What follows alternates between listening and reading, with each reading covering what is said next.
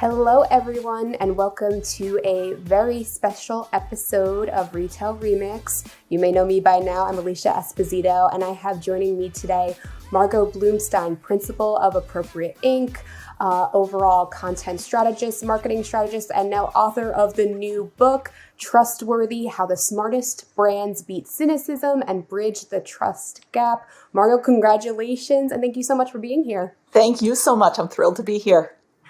So obviously we are very connected just based on our profession alone. We are both content people. So I'm thrilled to have you on and kind of talk shop, talk all the trends and best practices that you've seen in recent months, even weeks. I feel like things are changing so fast.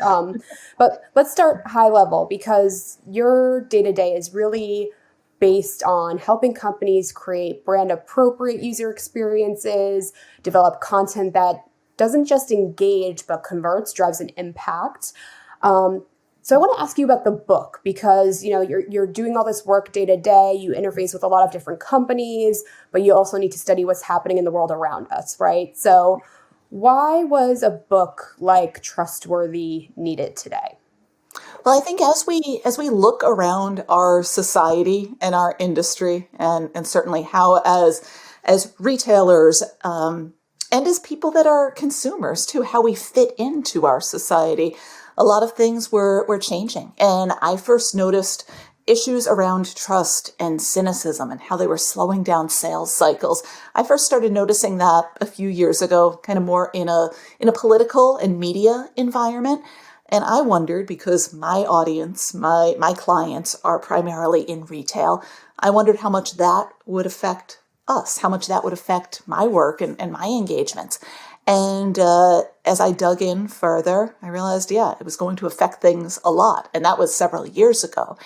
And then in researching and writing Trustworthy, it seemed like the problems became more and more pressing in more and more of my client engagements, where if they were losing trust with a target audience, if their audience was expecting more transparency, more accountability, or just a more human way to engage, we weren't always hitting that appropriately. So I wanted to see what was going on, what we could do about it. If people were losing trust in brands that they used to know and love, what we could do about it as retailers, as people that make content and make great user experiences, what we could do to better meet the needs of our audiences and better engage as brands. And that resulted in Trustworthy.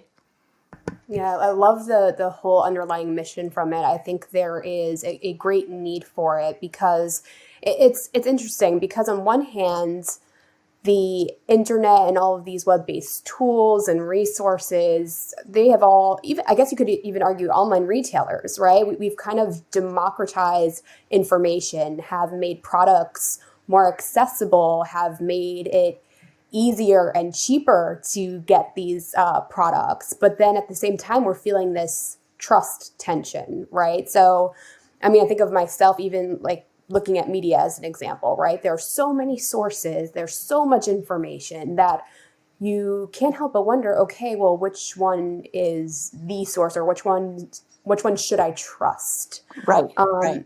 And I do want to ask you, you can look at this as someone who has been researching this or looking at it as a person, right? Do you think this democratization, although it was so beneficial, so powerful, has kind of set us up for where we are today with this lack of trust that's happening right now? Well, I think we've got a few things that are going on there. First, we can look kind of outside of our industry and see how, as you said, we've democratized access to information. Or at least we've democratized access to content as well as the means of producing content, which means we're not always getting high quality information from high quality sources. And we can see how over the past 10 years, with the rise of social media, people have also turned away from traditional sources of expertise. And when I think of sources of expertise, people with authority, I put marketers in that category because if you work in the marketing department of a company, you probably know your products and services better than anyone else. Maybe probably better than the analysts that are covering your space too. And if you're sitting down the hall from the engineering team or the product development team, You know how to tell that story of what's coming next, what the new features are, better than anyone. And that's really a source of expertise and authority. But people have turned away from those traditional sources of expertise. Maybe the newscaster, the news team that you grew up hearing, that sort of thing. And instead, we've turned to our filter bubbles. Maybe Yelp to review or guide us on restaurant reviews, or we're getting news from maybe friends in our feed that are sharing those news stories. And that worked well until we started to become more aware of kind of popping those filter bubbles, realizing that a lot of algorithms are driving our recommendations, not just the perspectives of people just like us. And I think as people have become more aware of those filter bubbles, they've sort of turned inward. They've come to adopt this kind of cool cynicism of you can't trust anybody, everybody's out to make a buck. And with that mindset, when they turn inward and say, well, I'll just do my own research, I'll just go with my gut instincts, what feels right probably is what is right, that isn't always correct. And there's a real opportunity, I think, for marketers, for businesses, for brands to say, wait a second, let's make sure that you are getting good, high quality information when you're doing your own research. Let's provide you with tools so that you can measure the accuracy of that information. It's fine to get information from multiple sources, but let's make sure they're good and that also you're armed with the tools to evaluate them. And I think that act of empowering audiences, empowering consumers, maybe reframing the conversation around the entire product category, organizations that can do that, they earn the trust, they earn the confidence of their consumers as well. And that's a huge opportunity, and it's also an enormous responsibility. Yeah, a lot of really good stuff there, because I feel like authenticity has been such a big topic in retail and consumer brands as of late. And I feel like there are many layers to that. I think it's, the mission of the brand. Are there values that align with the consumer base? Is it a brand that I deem friendly, or I feel like I can connect to it? I guess that kind of ties into trustworthiness a little bit. But then you brought up the point around expertise. There's trust in that as well. And I do want to ask a follow-up question there. I mean, you do a lot of work with B2C brands. What's the appropriate way to strike this balance? Because I like the idea of using your people to show expertise or guide the decision-making process to build that credibility. But how do you balance that with the, I guess, more social media-driven trends around like user-generated content and influencers? Because I feel like that's almost a slippery slope sometimes when you're putting the brand in other people's hands. So I guess how do you kind of determine, how do we maintain some level of control, but not too much control, and then give other people power to promote on behalf of the brand, but not too much power? I feel like I could imagine how it can get a little challenging in looking at and building that trust. Yeah, it's challenging, and trusting our audiences, trusting influencers, trusting consumers with our content and investing in them, our wisdom, is kind of the ultimate act of vulnerability and trust.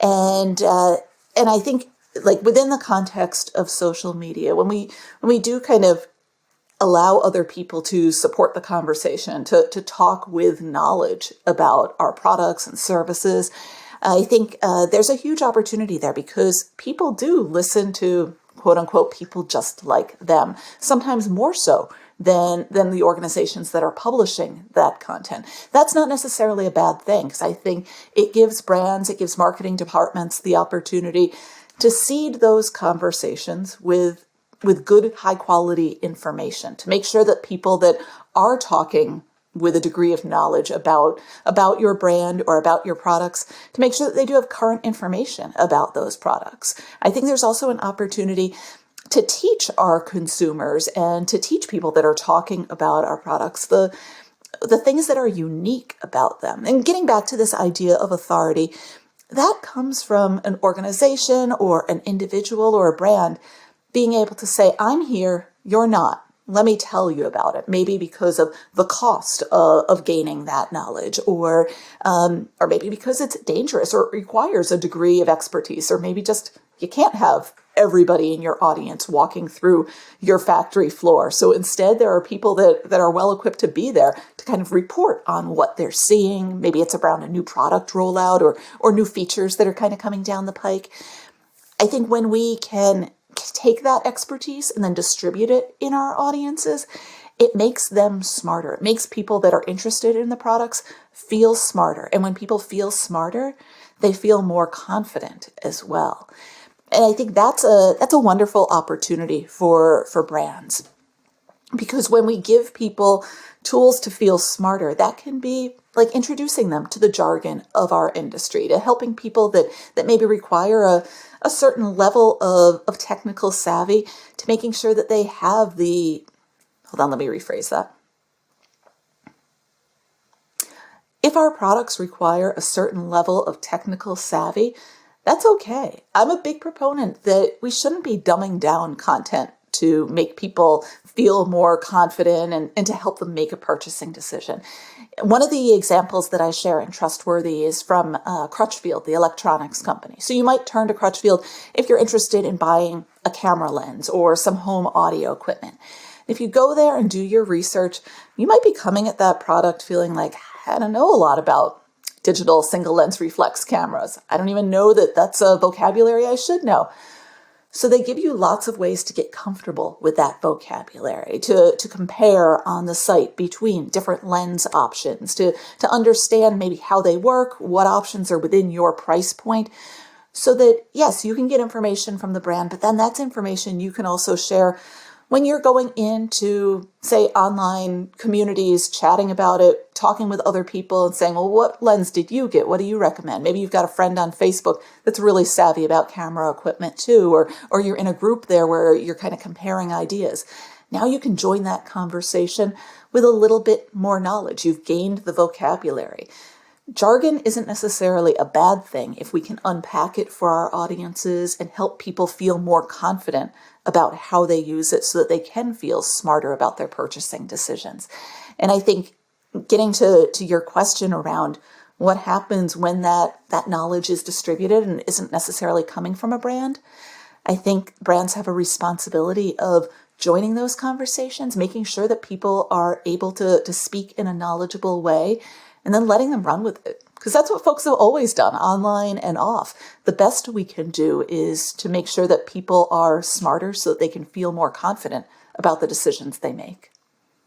Yeah, I really like that example because it really emphasizes the community aspect of the decision-making process, which, has really skyrocketed. I really don't think it's going away, but it almost shows that there's an opportunity to build your own branded community and, have a centralized place to have these conversations. And like you noted, connect the dots between this very abstract or complex topic or concept and really making it digestible and accessible for everyone.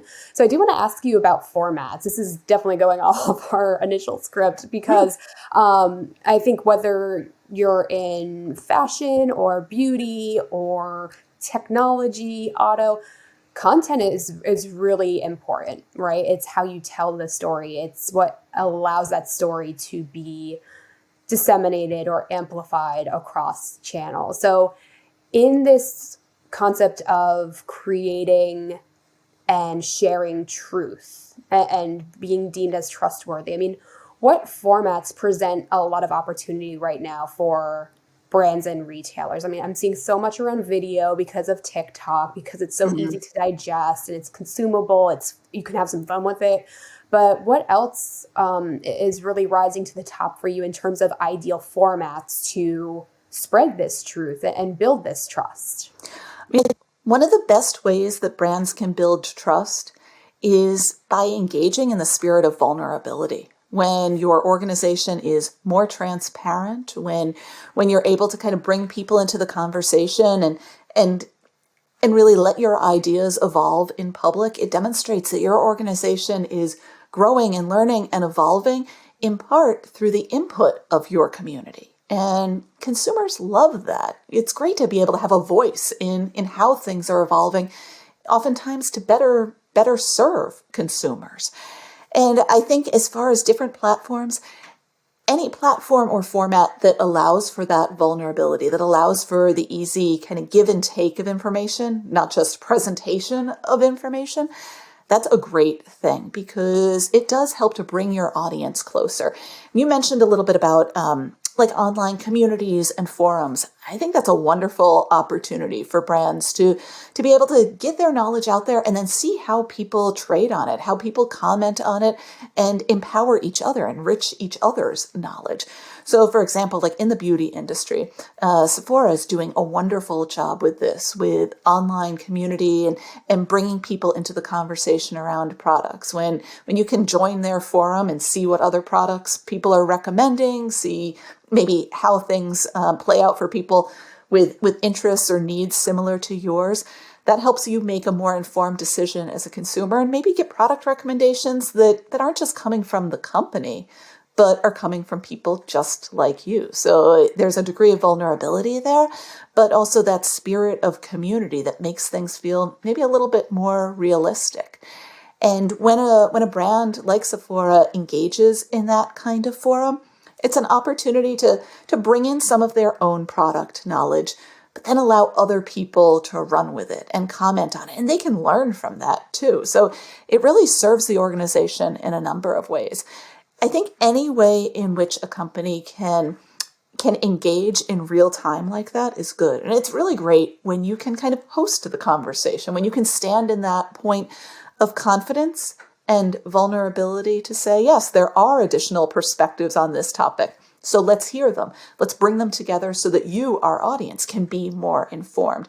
One of my favorite examples from that, and I write about this a little bit in Trustworthy, is what BuzzFeed does. So they've got a feature called Outside Your Bubble, where at the end of many of the articles, they'll have a box that says, all right, here's how other places are talking about this same topic. And they'll curate links there from maybe what's going on Twitter or how people on Reddit are discussing it.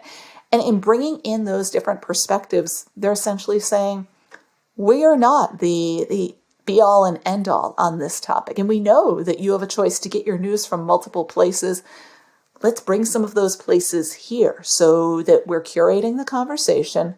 We can say that, yes, we've vetted these sources and some of what's going on there, but we want to make sure that you're hearing from them as well. So they're not demanding kind of just blind faith. They're not saying we're your only resource for this, we're your only perspective that you should trust, but rather saying we want to enrich your perspective with many voices, many ideas, so that you can be more informed as a consumer of information and more empowered to make your own decisions.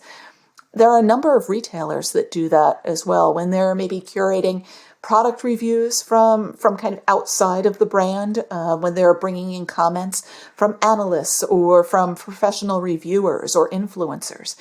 And having those different voices adds to the conversation. Of course, there's a degree of vulnerability there. You're saying, don't just trust what we have to say. Listen to what other people are saying too. But I think it's that vulnerability that helps to bring your audience closer. It empowers them with more information so that they can make more confident decisions as well. Yeah. I definitely think there's something to be said about letting go of control of the narrative, because I know even with influencer marketing, I mean, that's supposed to be the ultimate form of creating authenticity and personifying the brand in a relevant way, but it's like outside of the boundaries. But still you're seeing brands, creating these scripts and saying to influencers, no, you only do XYZ, you only say ABC, and that's still controlling the narrative, right? So I think letting go of that is so important for conveying that open communication, that dialogue, and in a way that collaboration of ideas is so important. But letting go of that control can sometimes be very difficult. Right. Not just for at the brand level, right? It's a cultural thing, but also at the individual level. Like say you're part of a marketing team and you want to let go of that control, but there are other forces saying, no, don't do that. So, I mean, what do you have to say about how brands can kind of have more productive conversations internally. Like that has to be done, right, in order to reach that level of vulnerability that you were talking about. Right. And vulnerability is the risk that we take on for connection. Vulnerability is the cost of authenticity and transparency. So if your brand is talking about being more authentic, being more transparent, well, we have to ask, what is at the heart of authenticity? When people look at you in that spirit of transparency, what are they going to see? And some of that requires cleaning up your own organizational culture. If you want to lead with your values, make your values more visible, the cost of that is that people will scrutinize you based on your values. And that can be a wonderful thing because that's what helps people find organizations whose values align with theirs. That's what allows organizations to, at times, expand their target audience. Not because people want to buy your products, but because they say, oh, that's a company whose values align with mine. I'm going to shop there not for myself, but for other people in my life. One of the examples that I share is from Penzeys Spices, big spice retailer. They've done an amazing job of leading with their values. They believe that cooking is an act of love. They sell spices. And at times, their CEO has taken to social media to talk about his political viewpoints, to support causes around immigration. And sometimes they've lost consumers because of that. They certainly garnered a lot of headlines because of that. But the net result is that they've expanded their target audience. Every time he takes to Facebook with a political post, they see how their sales jump. They're up 50% year over year. And that's because they lead with their values. For anybody that said, hey, spice company, stay in your lane, they've been very open in saying that no, cooking it's a political act. So many of our family favorites are recipes that come from elsewhere in the world and came here on the backs of immigrants. So this is our lane. And in doing that, they're leading with their values, but it does require a degree of vulnerability. And I think that when we see how businesses can engage in that way, it serves as a beacon for other organizations as well. Yeah, I love that. So we talked a little bit about values. We talked a little bit about products. I mean, what else really plays into the current climate of generating trust and keeping it, right? I mean, I feel like brand loyalty is it's fleeting, right? It's always been a challenging thing for retailers and brands to acquire, but also keep. So, I mean, what factors also come into play here that could possibly play into content, marketing, messaging, I guess all form of interaction with consumers, right? I feel like there are so many ways to engage, but what else goes into that machine, so to speak? Well, I think at the core of building and maintaining customer loyalty is confidence. I think people need to feel confident in themselves and their own knowledge that, yes, this is an organization I want to support, or I want to continue shopping here. I feel good about shopping here. I feel safe about shopping here. I think at the heart of that confidence, though, is success. And one of the organizations that I describe in Trustworthy is America's Test Kitchen. So big publishing platform. They publish Cooks Illustrated, Cooks Country. They print and sell dozens of cookbooks every year. They've got their online cooking school, lots of different platforms there. And at the heart of all of their publishing is meeting their different audiences where they are with the degree of expertise in the kitchen that they have. And then always supporting them with this idea that success breeds confidence. When people feel successful in making a dinner or cooking for the first time, or if they're a more savvy, experienced chef in kind of creating whatever fabulous concoction they want to make, when they feel successful, they feel more confident in themselves and in the brand that helped them to achieve that success. And that's what drives continued loyalty in that brand. That's what drives continued loyalty in so many other brands. Even if we think in like the apparel sector, when you know that you can always shop at a store, maybe now online, get the product on time, the product will look like how it was described online, and you know when you put it on, you feel like $1,000,000. That is a sense of confidence from end to end through the entire customer journey and shopping experience. And that's tremendous when we can offer that sense of confidence, when people can literally and figuratively buy confidence. That's what drives loyalty.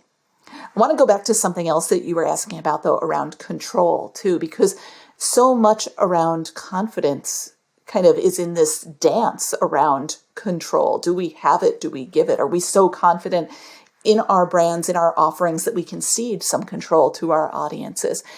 And I think that idea of control can be a problem in a lot of organizations and a lot of marketing departments. And it can be in everything from kind of how we socialize content, if we're willing to let people talk about our products without necessarily jumping into the fray immediately. And in even just how we let people that represent our organizations, that maybe are tweeting or posting or whatever from the marketing department, how they represent our organizations and how immediately they can engage.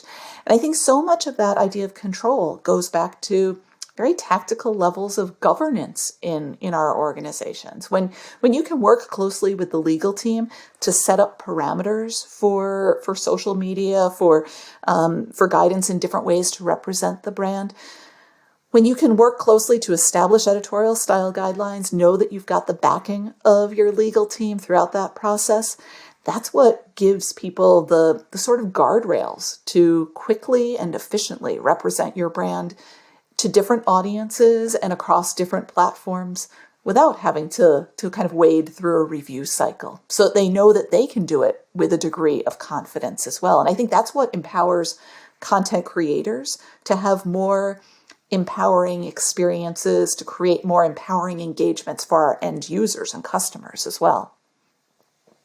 Great point. So we're getting into the core framework, I think, of your book, Trustworthy. So the 3 V's, which I love. I love good alliteration. So there's vulnerability, which we talked about a little bit already, voice, and volume. So is that kind of where we're getting into those editorial guidelines, giving our team more control to create content with that consistency? How does that kind of all shake out through the lens of a typical brand or retailer today? Sure. Well, I think so. The framework that I describe in the book: voice, volume, and vulnerability. Voice refers to the familiar and consistent way that a brand engages visually and verbally through your look and feel and illustration style and density of information on the page, as well as things like editorial style and tone and content types.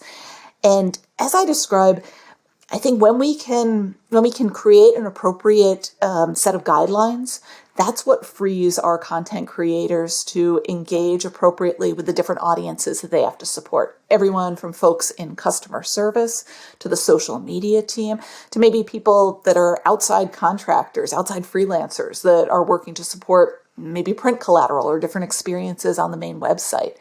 And by documenting sort of the parameters of our brands, then they're able to engage in a more authentic way that is not necessarily monolithic, but rather describes how a brand can evolve and differentiate its different offerings over time. I think it's really important too to document that so that our audiences know what to expect too. When I've spoken with different companies that right now are thinking, all right, now is maybe the perfect time for a big overhaul, a big refresh, my advice to them is no, don't. When so many people in your target audience are going through a time of big social upheaval with all the different challenges around the pandemic, if your organization can demonstrate consistency, can be a source of comfort because people know what to expect, you're giving them a service. You're saying, no, you don't need to learn a new interface, a new taxonomy. We're going to keep things where you've always expected to find them. I think that's a tremendous thing that you can offer your audience. But by documenting your brand, kind of giving it those guardrails, it allows the people that represent your company as well to differentiate it appropriately, to allow things to subtly evolve to serve your different audiences and maybe the different products and services that you offer too. In the second section of the book, in volume, I talk about, well, how much do you need to say so that people can feel confident, so they feel like they can make good decisions when they engage in your brand and also feel good about the decisions they make? And I look at the volume of content from the perspective of how long should your blog posts be? Do you need to have long paragraphs of product copy or bulleted lists? But then also visually, do you need really detailed diagrams describing what you offer, or really extensive photo galleries with a million images to flip through? Or is a single comprehensive image enough to tell that story so that people can make a good decision? So we get into it from that perspective as well. And then in the third section, I talk about vulnerability and how a brand can engage with authenticity and transparency, whether you are trying to make your values more visible or maybe kind of repair and stumble back after a defeat or a big mistake. What you can do if you need to kind of own different behavior and demonstrate accountability for your audience. I think there's an aspect there too of how we can control those experiences and how we give control to our audiences so they can feel more confident in those experiences too. So is it fair to say that these three V's fuel and support each other? Like one needs the other to be effective or impactful for organizations? Or is it possible for the folks listening right now to maybe prioritize one over the other and then kind of build upon that framework? Just trying to determine, if folks are listening right now and saying, okay, yes, this all makes sense, I want to take action. Where should they start, or how can they best, tailor their path to achieving these? I would say they all work together, but start with voice. If you can document what it means for your brand to look and sound like your brand, that will enable everyone on your team to communicate in a more cohesive and consistent way. And your audience will thank you for that. Or they probably won't thank you because people only notice when things are weird and disconnected, but they'll still appreciate it. Right. People like to be loud when there's a problem. Right. Yeah. Nobody's tweeting saying like, wow, I just love that experience worked exactly as I hoped it would. But I would say for many organizations, certainly as they maybe wade more into different social issues or try to take a stance on some of the big issues that are troubling their audiences, the big issues that we're all facing right now as our society continues to evolve. I think it's appropriate for many brands to kind of wade in and take a stance, whether it's on Me Too or Black Lives Matter or something else that they feel is important to their audience and maybe important to their organization. It's not a bad thing to make your values visible, especially when you can serve as a beacon to other organizations too. Business can act as a force for good. But that said, that's a vulnerable place for many organizations. You can gain a lot of goodwill and a lot of trust in making your values visible. You may also realize that so many of those issues that you want to support are issues that you have to address within your own company. So I've found many organizations are kind of digging deep into that section on vulnerability now to talk about, well, how do we do this? How do we continue to evolve in a way that is authentic and kind of prototype in public, make our growth visible to our audience, because we're all learning and growing right now. Why should our company be any different? Yeah, I think that point around being open that, we're doing the work, we're focusing on this, but also kind of leaning into the stumbles a little bit, if that makes sense. Because I think ultimately if something's important to the greater good, if it's a significant issue that is top of mind for your audience, there are likely going to be stumbles. You may not do something 100% successfully or effectively, or you may, have a flawed execution. I think a big part of it is owning it and saying, we understand we goofed, but here's what we plan to do. And I think that kind of ties into your point around vulnerability. Rather than being scared to move forward, lean into it and use it as a learning experience, not just for your business, but to your point, to others as well. I mean, I think it's a big time of learning for a lot of people. Right. Yeah, no, this is great. And I do want to point out one point that you made in the book that really resonated with me is this isn't something that's just for one distinct team. This isn't just for the marketing team and then everyone else can kind of do everything, status quo. I mean, you pointed it out, marketers, content creators, even designers, that all play a role in ensuring that things are established and things are maintained. Obviously, in retail, silos are a big problem. Still, even though we talk a lot about omni-channel, seamless customer experiences, everyone likes to dictate responsibilities based on their area of the business, their line of business, whether they're digital, store, design, content. What recommendations do you have for folks that are looking for that more holistic way of working, that more holistic view of the brand, but maybe dealing with some of these, disparate, siloed issues? Right. Because I think if your organization has a very siloed culture, maybe this is how you can bring them together. Silos are great for grain and nuclear missiles. And I think most of the people listening to this don't deal with either of those things. So if we can break down some of those silos, let's do it around this idea that business can be a force for good. And previously, things like corporate social responsibility, they might have been the responsibility of a corporate social responsibility department. And that's great. But I think when we say that issues of trust are everybody's problem, these are things that undermine design. These are things that undermine product copywriting and marketing copywriting, and certainly the bigger issues of marketing as well, the broader issues beyond interaction design. This is everybody's problem. And I think we need to have everyone as part of the solution because yes, I think designers can make different decisions when they're allowed and encouraged to put trust as one of the main goals driving those decisions. Maybe it's around things like how they're using color to communicate or maintain different elements of the brand over time.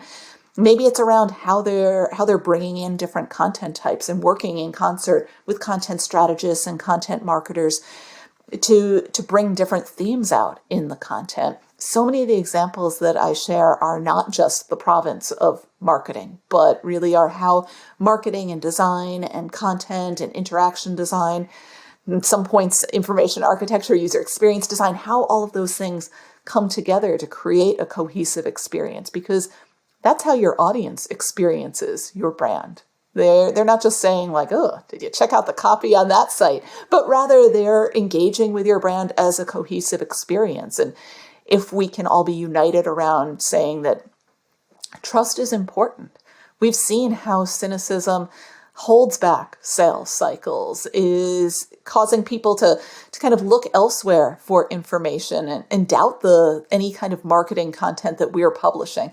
This is a problem for our brand. This is a problem for every industry. This is a problem for our society. And as long as we're turning away from those institutions that we all used to trust, if people are turning inward for looking for sources of trust and for truth, brands can meet them there. I think businesses can meet them there and enable them to be more confident, empowered consumers. And that's confidence then that they can bring into every other experience. And I think we can be that force for good. And I think it needs to start with everyone that contributes in those organizations. Love that. So true. And I do have to be the one to bring up challenges or red flags, concerns, because I know we've seen our fair share of headlines of companies that have tried to make a stance or prove authenticity and have been called out for it, either due to a mismatch in statement versus execution of values, or they're saying X but they're doing Y. How do brands appropriately prepare for that? I mean, is this a case where you kind of have to do the work behind the scenes before you can fully go to market, or I guess really just trying to prepare for any potential naysayers or challengers to this really powerful and I agree, very important approach right now? I think if your organization wants to kind of wade into the fray and speak up around different social issues, That's great. I think business can be a force for good, and we can learn to use our voices to contribute to that good. But yeah, you're going to make mistakes along the way. Maybe you discover that a problem that you're looking to address externally is a problem very much in your organization around diversity and inclusion or equity or some other topic. I think that when we discover those problems, it doesn't mean that we didn't do our homework or have no business speaking out.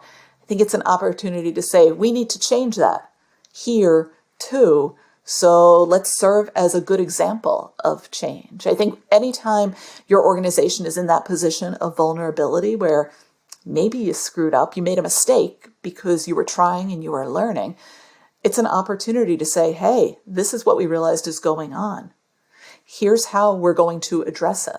Here's how we're going to address it. Here's how you can hold us accountable so that you can see our progress. And hey, while you're at it, don't just watch what we're doing.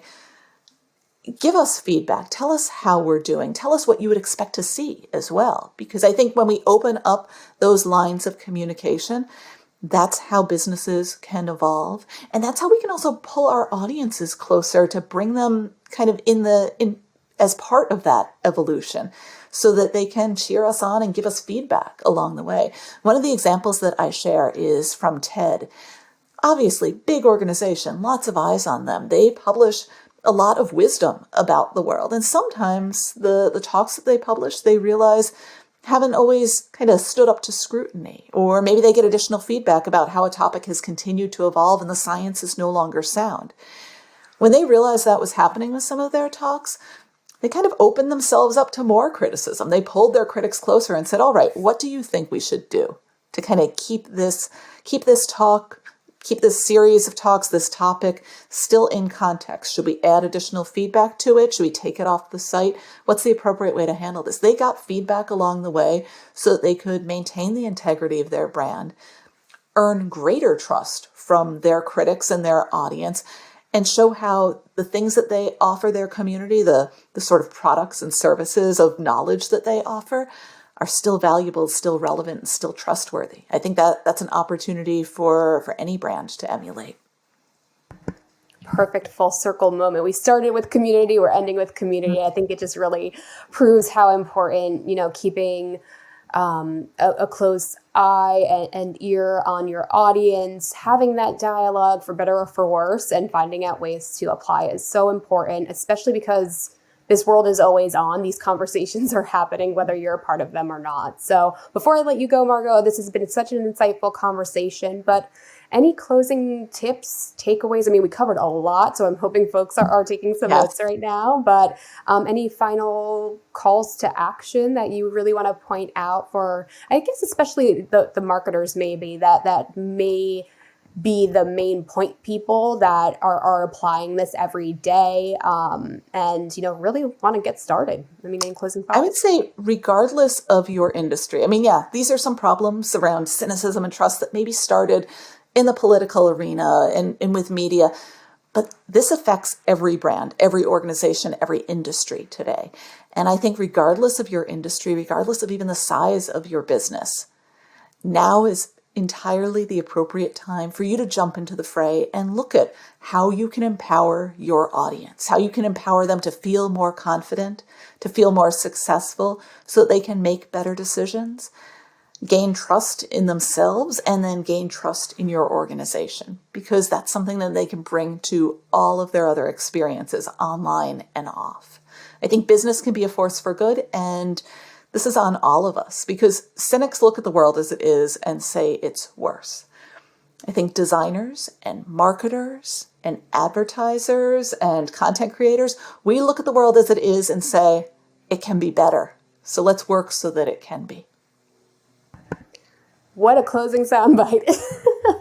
Love it, Margot. Well, thank you so much for taking the time out to join me. Congratulations again on the book. I can't wait to dig into it. I think there are so many valuable lessons that, like you said, everyone can really apply right now. Really appreciate the time. Thank you. And of course, to everyone out there, thank you for joining us for this great conversation. If you have any follow-up questions or comments for Margot, we'd love to facilitate that follow-up. So please drop us a line on social media. We'd love to keep the conversation going. Thanks, everyone. We'll see you next time.